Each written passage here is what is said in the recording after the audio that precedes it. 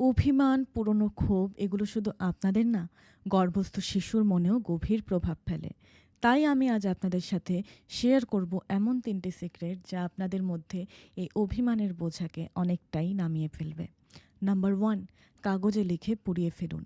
আপনার যত সমস্ত রাগ, ক্ষোভ, অভিমান আছে সব একটি কাগজে লিখে আগুনে পুড়িয়ে ফেলুন। এতে আমাদের ব্রেনে সিগন্যাল যায় যে এই অধ্যায় এখানেই শেষ। নাম্বার 2, আপনি প্রতিদিন ক্ষমার অঙ্গীকার করুন। প্রতিদিন নিজেকে বলুন যে আমি ক্ষমা করলাম। আমি তোমাকে ক্ষমা করলাম। I forgive you completely. এতে শুধুমাত্র আপনার না, শিশুর নার্ভাস সিস্টেমও শান্ত হয়। নাম্বার 3, নতুন অধ্যায় রচনা করুন।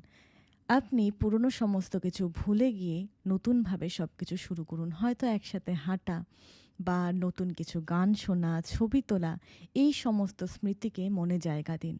এতে আপনার পুরনো ক্ষতের জায়গায় নতুন রং ভরে তোলে।